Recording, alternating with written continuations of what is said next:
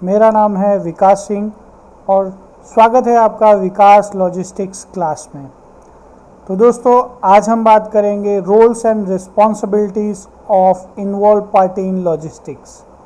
तो दोस्तों, जितने भी पार्टीज़ लॉजिस्टिक्स में इन्वॉल्व होते हैं, जैसे shipper, trader, consignee, freight forwarder, custom agent, carrier, transport, CFS, inspection agencies, government authorities, bank, insurance, warehouse operators, इन सभी के बारे में आज हम डिटेल में समझेंगे किस पार्टी की क्या रोल्स और क्या रिस्पॉन्सिबिलिटीज़ है।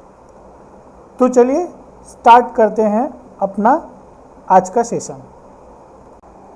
तो चलिए दोस्तों, समझते हैं एक्सपोर्टर।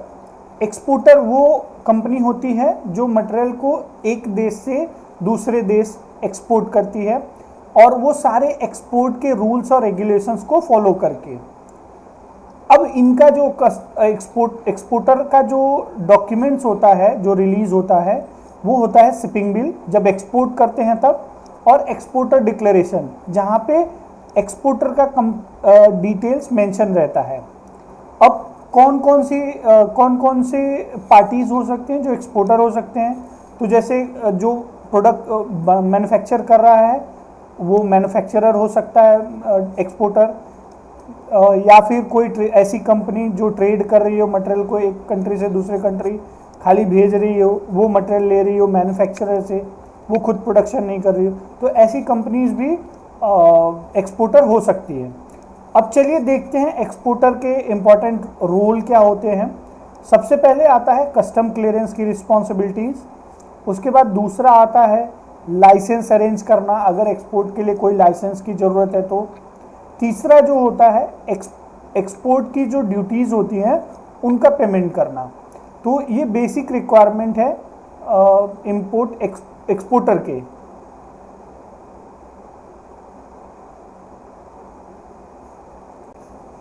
शिपर के बारे में समझते हैं।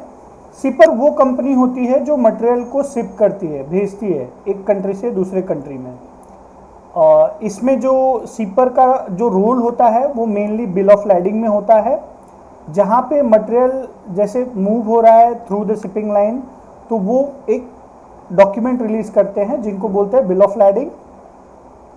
उस बिल ऑफ लैडिंग में जो सबसे पहली पार्टी होती है जो एज अ सेंडर मेंशन रहता है बीएल में, उसको बोलते हैं हम शिपर।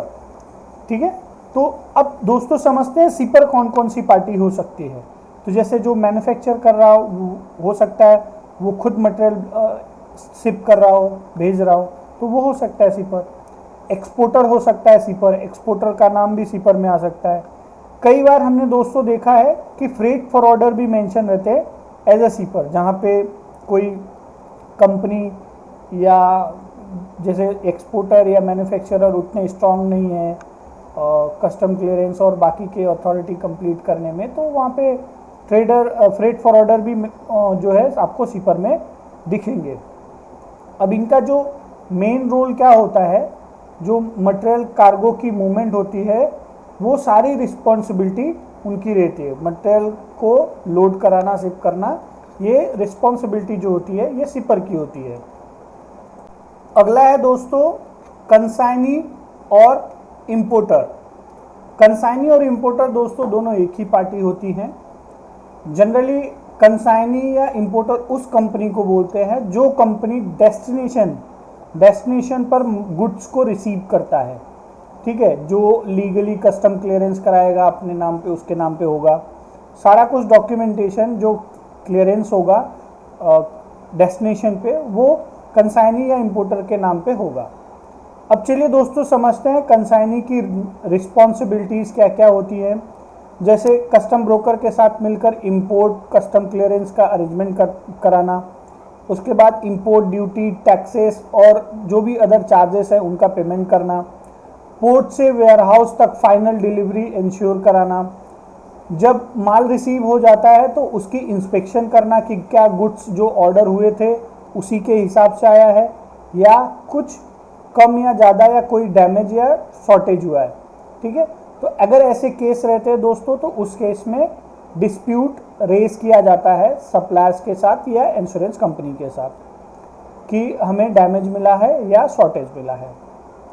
उसके बाद आता है दोस्तों इको टर्म्स या जो भी एलसी, अगर मान लीजिए कहीं पे लेटर ऑफ क्रेडिट का टर्म एग्रीमेंट है तो उनके बेस पे सप्लायर का पेमेंट रिलीज होता है। अगर मान लीजिए इको टर्म्स में मेंशन है कि इको टर्म्स और एग्रीमेंट में मेंशन है कि आपको पेमेंट देना है मटेरियल रिसीव होने के बाद कुछ परसेंट, जैसे 20%, 30% मटेरियल वेयर हाउस में रिसीव होने के बाद, तो आप उसका पेमेंट जो है डेस्टिनेशन पे आपके वेयर हाउस पे पहुंचने के बाद पेमेंट करेंगे। अगला है दोस्तों फ्रेट फॉरवर्डर। फ्रेट फॉरवर्डर एक लॉजिस्टिक सर्विस प्रोवाइडर कंपनी होती है जो कार्गो को ओरिजिन से डेस्टिनेशन तक पहुंचाने के लिए कंटेनर्स की बुकिंग या कंटेनर अरेंजमेंट कराना थ्रू द शिपिंग लाइन या कैरियर, उनके थ्रू कंटेनर्स का अरेंजमेंट कराना, ये इनका मेन रोल होता है। अभी चलिए इनका समझते हैं रिस्पॉन्सिबिलिटीज़ क्या होती है। जैसे कैरियर के साथ कार्गो स्पेस बुक करना। उसके बाद शिपिंग इंस्ट्रक्शंस मतलब आपको डॉक्यूमेंट प्रिंट करना है तो उसके लिए कौन सी पार्टी कंसाइनी रहेगी, कौन से लोकेशन जाएगा गुड्स, कितना क्वांटिटी है, क्या वेट है, ये सारी डिटेल्स उसमें मेंशन रहती है। कौन सा नोटिफाई पार्टी रहेगा, कौन शिपर रहेगा, ये सारा डिटेल्स उसमें सब मेंशन रहता है। वो जैसे बिल ऑफ लैडिंग हुआ, हाउस बीएल हुआ, ये सब जो है मेन रोल होते हैं। इस रिस्पॉन्सिबिलिटी मेन होती है इसमें फ्रेट फॉरवर्डर्स की। उसके बाद सीपर और ट्रांसपोर्टर और कस्टम ब्रोकर के साथ कोऑर्डिनेशन करना ताकि ऑन टाइम जो भी कट ऑफ्स हैं उनको फॉलो किया जाए और डॉक्यूमेंट सबमिट किए जाए शिपिंग लाइन को। अगर एलसीएल है, लेस कंटेनर कार्गो लोड है, तो कार्गो का कंसोलिडेशन कराना, मतलब कार्गो को मिक्स कराना, जैसे 4-5 अलग अलग शिपर्स के मटेरियल लेके और उसको कंसोलिडेट करना, मर्ज करना, फिर उसको एक कंटेनर में लोड करके आगे भेजना। और जो इनका बेसिक मेन काम है वो सी, एयर, रोड और रेल के थ्रू होता है। ये सभी मोड के मल्टी मॉडल ट्रांसपोर्ट भी कभी कभी ये प्रोवाइड करते हैं। अब ऐसे कौन से बड़े कंपनीज हैं, मैं आपको एग्जांपल देता हूं। जैसे DHL ग्लोबल फॉरवर्डिंग है, ये बहुत बड़ी कंपनी है। ये सारे फैसिलिटीज़ देते हैं, कार्गो की बुकिंग करते हैं, उसके बाद बिल ऑफ लैडिंग जनरेट करते हैं, ये अलग अलग पार्टी से कोऑर्डिनेशन रखते हैं, LCL कार्गो मूव करते हैं थ्रू रेल, एयर, सी, इनकी सारी फैसिलिटीज़ इसमें ये प्रोवाइड करते हैं DHL। अगला है दोस्तों कस्टम ब्रोकर और CHA। CHA means custom house agent. Custom house agent जो होते हैं वो एक टाइप के एजेंट होते हैं जो लाइसेंस वाले रहते हैं, जिनके पास लाइसेंस रहता है वो कस्टम को क्लियरेंस कराने का और उसके प्रोसेस को हैंडल करने का। तो ये पूरा जो काम होता है, रोल होता है, ये CHA का होता है। चलिए इनकी रिस्पॉन्सिबिलिटीज़ देखते हैं। जैसे एक्सपोर्ट के लिए शिपिंग बिल और इंपोर्ट के लिए बिल ऑफ एंट्री फाइल करना, उसके बाद क्लाइंट के बिहाफ पर कस्टम ड्यूटीज़ कैलकुलेट कर और उसको पे करना, कस्टम को जो भी ज़रूरी डॉक्यूमेंट्स होते हैं वो सबमिट करना, जैसे इनवॉइस होता है, पैकिंग लिस्ट होता है, सर्टिफिकेट ऑफ ओरिजिन होता है, ये सारे डॉक्यूमेंट्स कस्टम को प्रोवाइड कराना बिहाफ ऑफ शिपर और एक्सपोर्टर। कस्टम ऑफिसर्स के साथ इंस्पेक्शन और उनकी जो भी क्वेरीज रहती है उनको रिजॉल्व करना, इंश्योर करना कि कार्गो जल्दी और लीगल तरीके से क्लियर हो जाए। ये होती हैं इनकी रिस्पॉन्सिबिलिटीज़। अब एग्जाम्पल से समझते हैं दोस्तों। जैसे मान लीजिए कोई एक CHA है जो मुंबई पोर्ट से मशीन को एक्सपोर्ट या इंपोर्ट कर रहे हैं। चलिए इंपोर्ट के नज़रिए से देखते हैं। कोई मशीन आया तो सबसे पहले वो उसका बिल ऑफ एंट्री फाइल करेंगे। बिल ऑफ एंट्री फाइल करने के बाद उसकी ड्यूटीज़ कैलकुलेशन होंगी, ड्यूटीज़ जो भी रहेंगे वो भरेंगे। उसके बाद फिर इनवॉइस डॉक्यूमेंट सबमिशन होंगे। डॉक्यूमेंट सबमिशन होने के बाद फिर कस्टम ऑफिसर जो है कंटेनर का या कार्गो का इंस्पेक्शन करेंगे। जब सब कुछ ओके रहता है तो कार्गो लीगल तरीके से इंपोर्ट हो जाता है, वहाँ से कस्टम क्लियरेंस होके टर्मिनल से गेट आउट हो जाता है। अगला है दोस्तों कैरियर और ट्रांसपोर्टर। कैरियर और ट्रांसपोर्टर वो पार्टी होती है जो फिजिकली गुड्स को एक लोकेशन से दूसरे लोकेशन ले जाते हैं। अब चलिए इनके टाइप समझते हैं। जैसे कि अगर सी मोड की बात करें तो उसमें आती है शिपिंग लाइन, जो ओशियन सी के थ्रू वो मटेरियल को एक लोकेशन, एक कंट्री से दूसरे कंट्री ले जाते हैं। जैसे शिपिंग लाइंस होती हैं मॉक्स, MSC, CMA, हपाग, ये सारी कंपनीज जो हैं ये सब शिपिंग लाइन हैं। ये सी के थ्रू गुड्स को वेसल के थ्रू लेके जाते हैं एक पोर्ट से दूसरे पोर्ट पे। उसके बाद एयरलाइंस जो होती हैं एयर कार्गो मूव करने के लिए होती हैं, जैसे एमिरेट्स वगैरह हो गए, कतर हो गए, ये सब एयर कार्गो मूव करते हैं थ्रू द एयरलाइन। ठीक है। उसके बाद आता है नेक्स्ट ट्रकिंग कंपनीज। मान लीजिए लोकल ट्रांसपोर्ट कंपनीज होती है जो कंटेनर्स या फिर गुड्स को एक वेयर हाउस से दूसरे वेयर हाउस पहुँचाना या फिर वेयर हाउस टू पोर्ट पहुँचाना। तो ये सब ट्रक कंपनीज जो होती हैं वो सब सर्विस प्रोवाइड करती हैं। उसके बाद होता है रेल ऑपरेटर्स। रेल ऑपरेटर्स मतलब लॉन्ग डिस्टेंस के लिए जब इनलैंड ट्रांसपोर्टेशन यूज़ होता है, जैसे अभी इंडिया में हमारे होता है कॉनकोर एक बड़ी ऑर्गेनाइजेशन है जो कि कंटेनर कॉरपोरेशन ऑफ इंडिया को मैनेज करती है। इसमें गवर्नमेंट और बहुत सारी गवर्नमेंट और कस्टम्स और इन सब पार्टीज़ का इन्वॉल्वमेंट रहता है।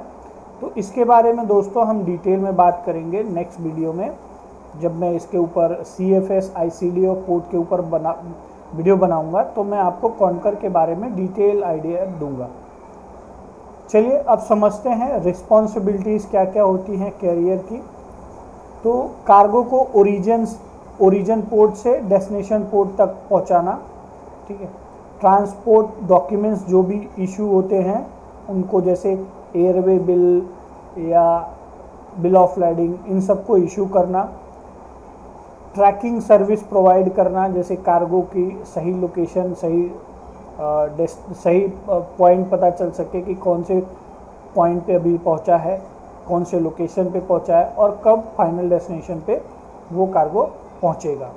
तो ये सब रिस्पॉन्सिबिलिटीज़ हैं दोस्तों। अगला है दोस्तों CFS, ICD और पोर्ट अथॉरिटीज़। तो सबसे पहले समझते हैं दोस्तों CFS क्या होता है। CFS को बोलते हैं दोस्तों कंटेनर फ्रीट स्टेशन, जो पोर्ट के बहुत पास होता है और ये मेनली LCL कार्गो को हैंडल करता है। कस्टम का प्रोसेस भी यहीं पे होता है CFS में ही। कई आप CFS देखेंगे जहाँ पे कस्टम की प्रोसेस कंप्लीट करके कार्गो जो है आपका वहाँ से मूव होता है। और पोर्ट टर्मिनल का इसका एक्सटेंशन के रूप में भी देखा जाता है, कई बार ये एक्सटेंशन के रूप में भी काम करता है पोर्ट टर्मिनल का। उसके बाद आता है दोस्तों ICD, जिसको बोलते हैं इनलैंड कंटेनर डिपोट बोलते हैं। इनलैंड कंटेनर डिपोट जो होते हैं वो थोड़ा पोर्ट से दूर होते हैं, उस इलाके में होते हैं जहाँ कोई सी पोर्ट नहीं लगता। तो ये इसलिए बनाए जाते हैं ताकि सी पोर्ट जो होते हैं उन पे भीड़ कम हो सके। और इसको ही एक ड्राई पोर्ट भी कहा जाता है दोस्तों, ये ड्राई पोर्ट की तरह काम करता है। कस्टम क्लियरेंस और कंटेनर हैंडलिंग यहाँ पे होती है। ICD में आपको मतलब एम्प्टी कंटेनर और स्टफ हुए कंटेनर दोनों यहाँ पे आपको मिलेंगे और ये मेनली FCL कार्गो के लिए यूज़ किया जाता है। पोर्ट अथॉरिटी के बारे में देखते हैं दोस्तों। पोर्ट अथॉरिटी जो होती है वो वेसल की बर्थिंग, कब वेसल पोर्ट पे लगेगा उसका, और लोडिंग वेसल के ऊपर जो कंटेनर लोड होगा उसका, और वो कंटेनर जो है अनलोडिंग वेसल से, ये सारी टास्क जो है मैनेज करते हैं पोर्ट अथॉरिटीज़। और कंटेनर जब भी आता है तो टर्मिनल जो भी ऑपरेशंस रहते हैं उनको भी वो मैनेज करते हैं। चलिए एग्जांपल से समझते हैं। जैसे कि जो JNPT मुंबई में पोर्ट है, वो पोर्ट पे आप देखोगे वेसल लगता है, वहाँ पे लोडिंग अनलोडिंग होती है, टर्मिनल के ऑपरेशंस को हैंडल किया जाता है। ये सारी एक्टिविटीज़ होने के बाद कंटेनर या तो अगर आप एक्सपोर्ट कर रहे हो तो पोर्ट पे पहुँचेगा, पोर्ट के अंदर पहुँचेगा, वेसल पे लोड होगा। अगर कोई इंपोर्ट कर रहे हो आप कार्गो तो ये सारी फॉर्मेलिटीज़ को फॉलो करके और वो मटेरियल जो है आपको मिलेगा। दूसरा आईसीडी का एक एग्जांपल देखते हैं। जैसे आईसीडी तुगलकाबाद में है, तो वहाँ पे वो सी पोर्ट नहीं है, वो दूर है। जैसे कि हमने बताया आईसीडी थोड़ा दूर होता है सी पोर्ट से, तो वहाँ पे भी हमें ये टर्मिनल ऑपरेशंस ये सब जो भी रहते हैं वहाँ पे देखने को मिल सकते हैं। अगला है दोस्तों इंस्पेक्शन एजेंसी। ये प्राइवेट फर्म्स होती हैं जो कि शिपमेंट के पहले गुड्स का वेरिफिकेशन करती है और उनका सर्टिफिकेट प्रोवाइड करते हैं। इनका रोल यही होता है गुड्स का इंस्पेक्शन करना और इंस्पेक्शन सर्टिफिकेट इशू करना। चलिए इनके रिस्पॉन्सिबिलिटीज़ देखते हैं दोस्तों। प्री शिपमेंट इंस्पेक्शन करना इनका मेन रिस्पॉन्सिबिलिटी है। अलग अलग सर्टिफिकेट इशू करते हैं, जैसे इंस्पेक्शन सर्टिफिकेट हो गया, फ्यूमिगेशन सर्टिफिकेट हो गया। कोई एजेंसी ऐसी हैं जो certificate of analysis, health certificate ये सब भी प्रोवाइड करते हैं। और ये इंश्योर करते हैं कि जो गुड्स है इंपोर्ट कंट्री के रूल्स और स्टैंडर्ड के अकॉर्डिंग है। इनका जो लास्ट जो इनकी रिस्पॉन्सिबिलिटीज़ होती है, एक्सपोर्टर के साथ काम करते हैं और कभी कभी इंपोर्टर की रिक्वायरमेंट पर भी मैंडेटरी होता है। जैसे कुछ कंट्रीज़ में होते हैं कि हमें इस पार्टी से इंस्पेक्शन चाहिए, ये थर्ड पार्टी। जैसे बात करें कुछ कंट्रीज में बीवाक के ब्यूरो वेरिटास के इंस्पेक्शन मैंडेटरी होते हैं, कुछ कंट्रीज़ में एसजीएस के इंस्पेक्शन मैंडेटरी होते हैं और कुछ कंट्री में इंटरटेक के। तो ये इंपोर्ट कंट्रीज़ जो होती हैं उनके यहाँ पे वो पार्टीज़ को मतलब वो पार्टीज़ को उन्होंने अथॉरिटी दे रखी है कि वो इंस्पेक्शन कर सकें। तो ये इंस्पेक्शन एजेंसी के बारे में था दोस्तों। अगला है दोस्तों गवर्नमेंट अथॉरिटीज़। गवर्नमेंट अथॉरिटीज़ क्या करती हैं कि जो क्रॉस बॉर्डर ट्रेड होते हैं उनमें रूल्स और रेगुलेशंस को इन्फोर्स करते हैं। जैसे इंपोर्ट एक्सपोर्ट जो भी होता है उसमें रूल्स और रेगुलेशंस को वो लोग इन्फोर्स करते हैं। ठीक है, चलिए देखते हैं इन्वॉल्व कौन कौन से डिपार्टमेंट्स होते हैं इसमें कस्टम डिपार्टमेंट होता है जो इंपोर्ट एक्सपोर्ट को कंट्रोल करता है पोर्ट पर। उसके बाद डीजीएफटी होती है। डीजीएफटी मतलब director general of foreign trade. ये जो होते हैं ये लाइसेंस इशू करते हैं, रोड टैप वगैरह, ईपीसीजी जैसे ऐसे ये सभी लाइसेंस इशूज़ करते हैं। पोर्ट हेल्थ ऑर्गेनाइजेशंस, ये पीएचओ इसको बोलते हैं, जो फूड, फार्मास्यूटिकल्स, हजार्डस कार्गो को अप्रूव करते हैं, अप्रूवल देते हैं।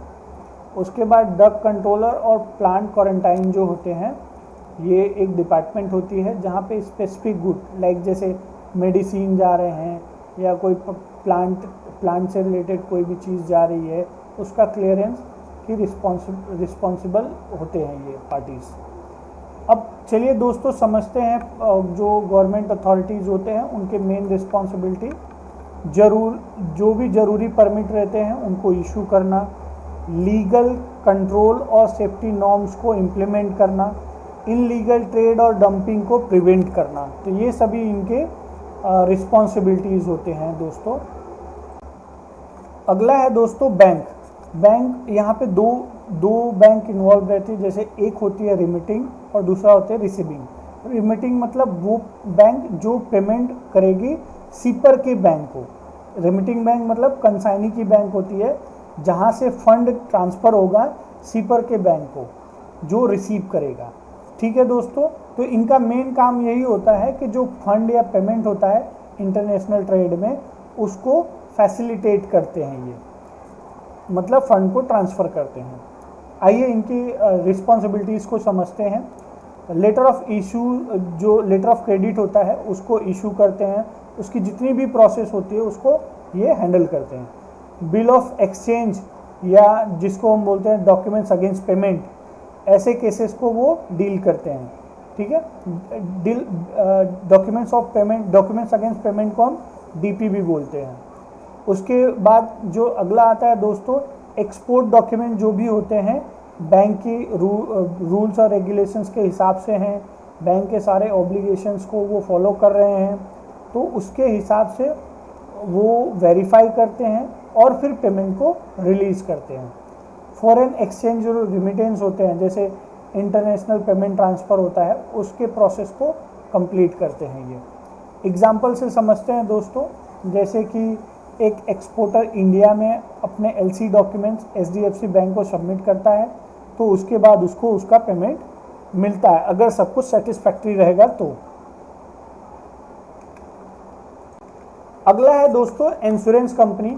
इंश्योरेंस कंपनी का जो मेन रोल होता है वो इंश्योरेंस प्रोवाइड करना होता है ऐसे केसेस में जहाँ पे कार्गो डैमेज हो गया, या कंटेनर डैमेज हो गया, या कार्गो चोरी हो गई, ठीक है, या कार्गो जो है समुद्र में गिर गया, या फिर कहीं ऐसे जगह पे एक्सीडेंट हो गया। ऐसे कोई भी केस होते हैं, तो उस केस में ये जितने भी रिस्क रहते हैं उससे प्रोटेक्शन देने के लिए इंश्योरेंस प्रोवाइड करते हैं। उसके बाद चलिए दोस्तों हम समझते हैं रिस्पॉन्सिबिलिटीज़ क्या होती हैं। Marine cargo insurance policy issue करता है, जिसमें सभी रिस्क और बेसिक कवर के अंडर में ये होता है।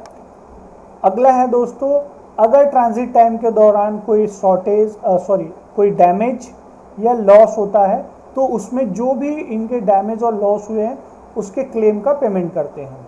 सीपर और बायर के साथ काम करते हैं, जो भी इको टर्म्स के बेस पे रहता है, जैसे मान लीजिए सीआईएफ हुआ तो सीपर के साथ ये काम करते हैं, और अगर एफओबी हुआ ऐसे कोई रहे तो वो बायर्स के साथ काम करते हैं।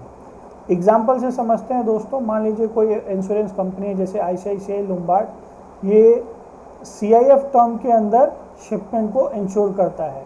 ये बोलते हैं कि हमें आप टोटल कॉस्ट जो होता है वो हमें दे दो, और उसके बेस पे ये हमें प्रोटेक्शन या रिस्क से इंश्योरेंस प्रोवाइड करते हैं। जब भी आपको कभी कार्गो डैमेज होगा, कोई ऐसा सीन होगा, तो उस केस में आपको फुल जो अमाउंट होगा उसका कुछ परसेंट आपको ये दे देंगे, मतलब 70-80% के आसपास आपका इंश्योरेंस कवरेज मिल जाएगा। अगला है दोस्तों warehouse operators. Warehouse operators का रोल क्या होता है दोस्तों, लॉजिस्टिक्स प्रोसेस के दौरान जो गुड्स होता है ना, उसको टेम्परेरी तरीके से स्टोर करने के लिए ये काम करते हैं। चलिए समझते हैं कितने टाइप्स के वेयर हाउसेस होते हैं। जैसे एक होता है जनरल वेयर हाउस, जहाँ पे नॉर्मल गुड्स के लिए नॉर्मल गुड्स रखे जाते हैं। दूसरा होता है बॉन्डेड वेयर हाउस, जहाँ पे कस्टम ड्यूटी पेमेंट से पहले माल को स्टोर किया जाता है। उसके बाद आता है कोल्ड स्टोरेज, जहाँ पे टेम्परेचर सेंसिटिव आइटम जैसे मेडिसिन्स हो गए, फ्रूट्स हो गए, डेयरी प्रोडक्ट हो गए, इनके लिए कोल्ड स्टोरेज यूज़ किया जाता है। चलिए इनके रिस्पॉन्सिबिलिटीज समझते हैं दोस्तों।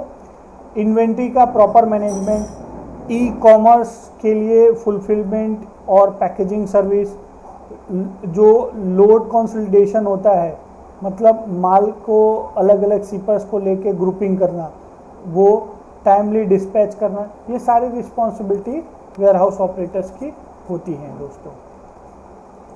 Thank you for watching this video. Hope आप सबको ये वीडियो अच्छा लगा होगा। हम ऐसे और भी बहुत सारे वीडियोज़ लेके आते रहेंगे। जैसा हमने बताया अभी इस वीडियो में कि हम CFS, ICD और पोर्ट के बारे में एक डिटेल वीडियो लेके आएंगे, जहाँ पे आपको ICD और CFS के बारे में डिटेल नॉलेज मिलेगा, क्या काम वहाँ पे होता है, किस तरीके से होता है, स्टार्ट प्रोसेस क्या है, एंड प्रोसेस क्या है। तो आपको ऐसे बहुत सारे वीडियोज़ मिलेंगे जहाँ पे आप सीख सकते हैं। तो बने रहिए हमारे साथ। Thank you, have a nice day.